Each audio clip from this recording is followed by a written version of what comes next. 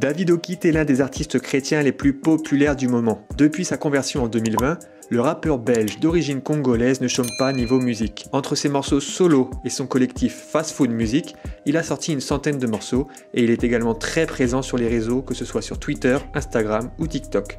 Talentueux, c'est aussi un personnage clivant, de par ses prises de position et son attitude. Il fait beaucoup parler de lui, parfois un peu trop, au point où on a du mal à cerner le personnage. Ça fait 1 an et demi qu'on nous dit, mais David Oquite, tu fais mal, tu es trop prétentieux, tu es trop arrogant, tu parles mal.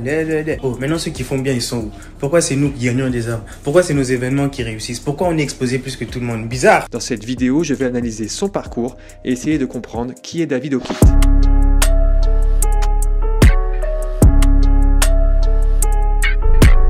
David Oquite grandit en Belgique, puis à 8 ans il part vivre avec sa famille au Congo. Il revient en Europe à 16 ans.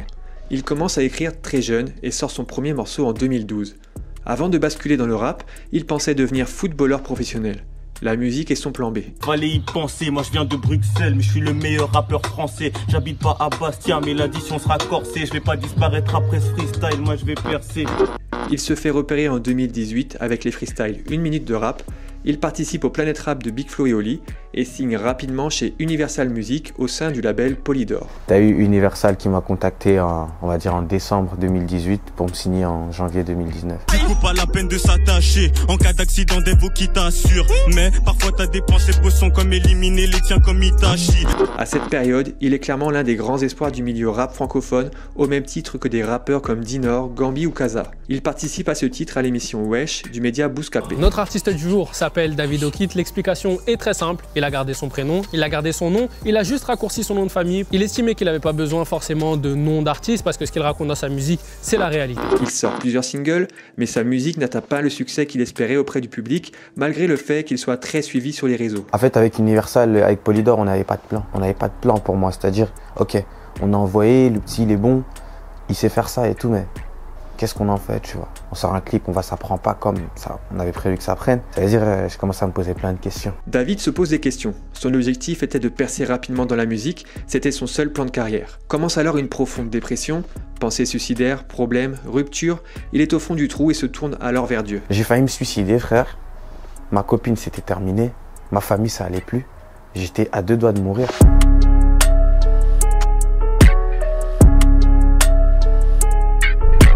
Le fait d'avoir perdu tout ce qui lui semblait essentiel dans la vie lui ouvre les yeux sur ce qui est réellement important. Il est touché, il se rend compte du mal qu'il a fait autour de lui et se sent sale. Commence alors un processus de repentance et la naissance d'un nouveau David Oquite. En fait, moi, ce qui a fait que je revienne à Dieu, c'est parce que c'est la culpabilité. C'est vraiment le sentiment qui a déclenché mon changement, c'est la culpabilité.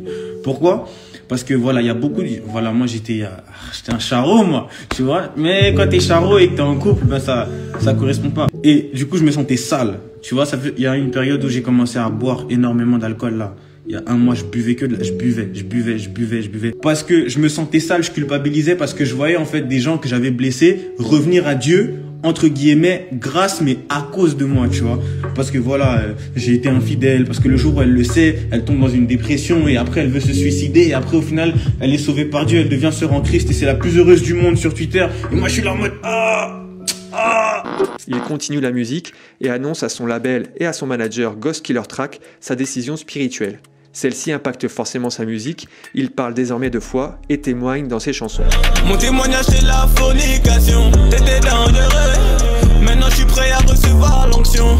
Mon témoignage c'est mes locks, mon témoignage c'est mes piercings, mon témoignage c'est mes proches, mon témoignage c'est tous mes moments de plaisir. Qui dit nouveau David, dit nouvelle inspiration musicale. David en parle clairement sur le morceau Les Chantres où il dédicace, entre autres, les rappeurs Big T et Be Right. C'est d'ailleurs curieux qu'il n'ait pas cité Virtuose, alors qu'on sent clairement qu'il s'inspire de lui en reprenant notamment le gimmick Ouré. Si t'es pas d'accord, qu'est-ce que tu racontes? Ou la mélodie du morceau Nalelayo.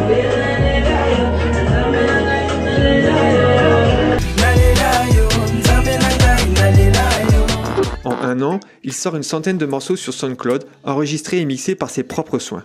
Les morceaux sonnent comme des maquettes, mais la qualité d'interprétation, les mélodies et l'authenticité de ses textes font mouche. Le format SoundCloud lui permet de ne pas avoir de pression, de tester des choses, de trouver une formule qui marche et une identité musicale.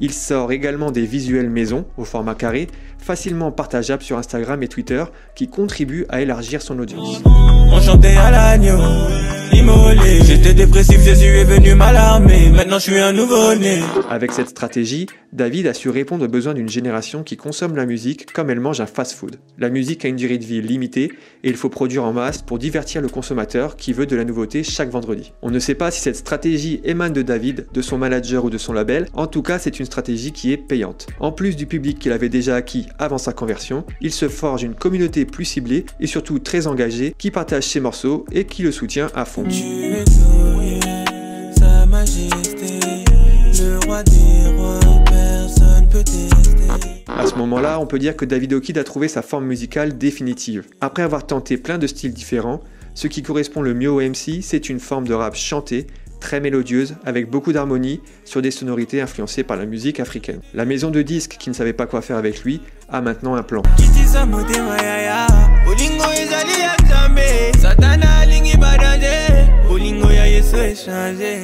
Longtemps ignorée par l'industrie musicale francophone, la musique chrétienne suscite la curiosité des maisons de disques qui y voient un moyen de générer des revenus, notamment en Afrique francophone, où la musique chrétienne y est très populaire. Nous avons l'exemple d'Universal Music Africa, avec Amanda Malela, et de Motown Gospel Africa, avec Denamwana et Simian. J'ai appris la parole, j'étais seul, il n'y avait plus rien entre nous deux. Dieu ne m'a jamais rejeté, il m'a montré la valeur que j'ai à ses yeux. Il vit dans sa maison.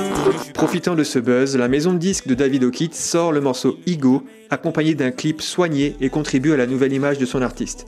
Sur le site de la maison de disques, la biographie de David est également modifiée pour accentuer ce changement.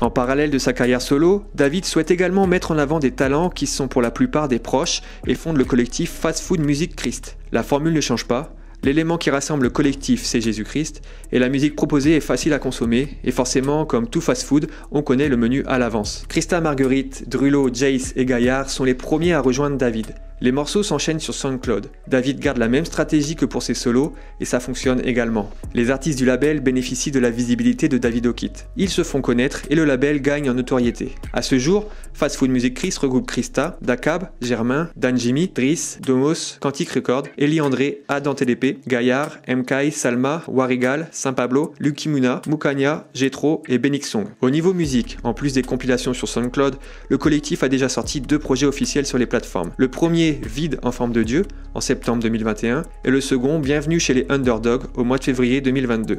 On sent l'empreinte musicale de Davido Kid dans les sonorités, et c'est vraiment dommage, car la plupart des artistes fast-food ne sont que des copies de David. Même flow, même texte, ce mimétisme est flagrant, notamment pour Christa ou Adam TDP. Un kilomètre à pied, ça use, et c'est que j'aille à Lola.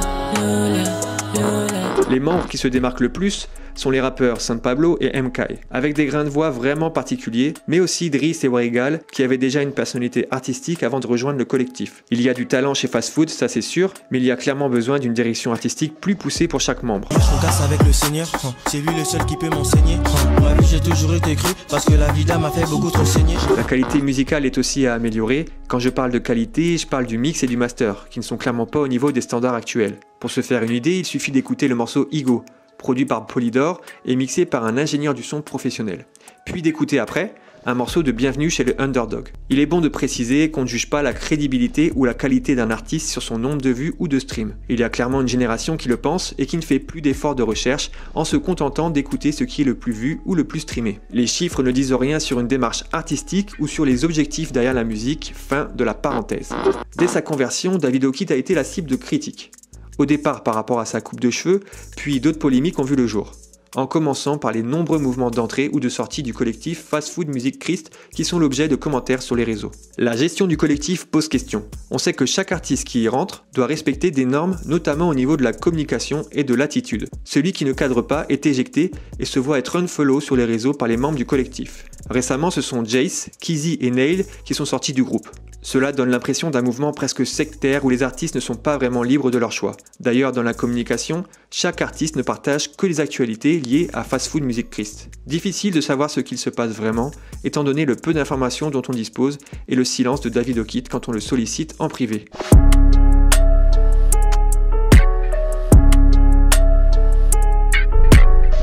David O'Keefe a du cœur pour l'œuvre du royaume, ça se sent. C'est aussi une personne talentueuse. Il a un vrai don pour la mélodie, une vraie touche artistique et un sens du rythme incomparable. On peut clairement dire qu'il existe un David O'Keefe type flow. D'ailleurs, il y a une énorme attente autour de son album, en espérant qu'il nous surprenne en nous proposant autre chose que de la musique fast-food. Le grand danger qui guette le MC, c'est de se répéter et de tomber dans la facilité, notamment au niveau des thématiques et des paroles. Et je vais pas répéter des phrases clichés du genre j'étais dans le péché, parce que c'est vu et revu. On peut s'interroger également sur les différentes polémiques qui ont lieu lorsqu'il prend la parole. En effet, le MC est vif sur les réseaux et donne son avis sur plein de sujets. Il a été notamment pris à partie pour ses propos jugés souvent orgueilleux, ses prises de position théologiques, ou encore quand il affirme que 90% du rap chrétien est nul et que lui et les artistes fast-food musique Christ sont les meilleurs. Sur les réseaux, l'un des meilleurs moyens de se faire connaître est d'être autant aimé que détesté. Ça s'appelle la stratégie Michael Vendetta, l'inventeur de la bogossitude. Vous vous rendez pas compte, je suis parfait. J'ai été élu, je suis le beau gosse, je serai l'homme le plus sexy du monde, comme Brad Pitt. C'est obligé, je serai élu par toutes les filles. Je me la raconte certes, mais c'est la réalité. Et c'est pour ça que ça blesse. Ça fait chier parce que je dis la vérité.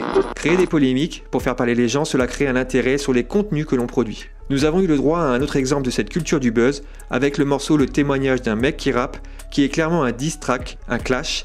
David se livre et attaque frontalement des personnes. Et y'a les vieux rappeurs gospel qui se donnent en spectacle sur Instagram, mais moi, j'écoute jamais ce qu'ils me disent. Ils répéteront que je suis orgueilleux, j'en ai rien à cirer. Et j'imagine qu'après ce freestyle, ça va même s'empirer. Y'a des mecs de label gospel qui m'ont menacé en DM en disant du genre, on va t'attraper purée. Est-ce que David O'Keefe a conscience de ça? Est-ce une stratégie élaborée par la maison de disques ou est-ce que les polémiques sont liées à des réactions émotionnelles, à des blessures, à l'inexpérience ou à la maladresse? Dites-moi ce que vous en pensez en commentaire. On arrive à la fin de cette vidéo, je dois vous avouer qu'elle n'était pas évidente à réaliser. Étant donné que tout ce qui touche à David O'Keefe fait réagir, j'ai pris un ton journalistique neutre et exposé des faits. Je sais que la communauté fast-food est très vive, aussi vive que les nombreuses chaînes chrétiennes qui postent des vidéos lyriques de David, alors je vous invite à réagir de manière constructive dans les commentaires. Si vous appréciez le travail de la chaîne, n'hésitez pas à soutenir en vous abonnant et en lâchant votre pouce en l'air. Merci encore d'avoir regardé la vidéo, à bientôt, ciao.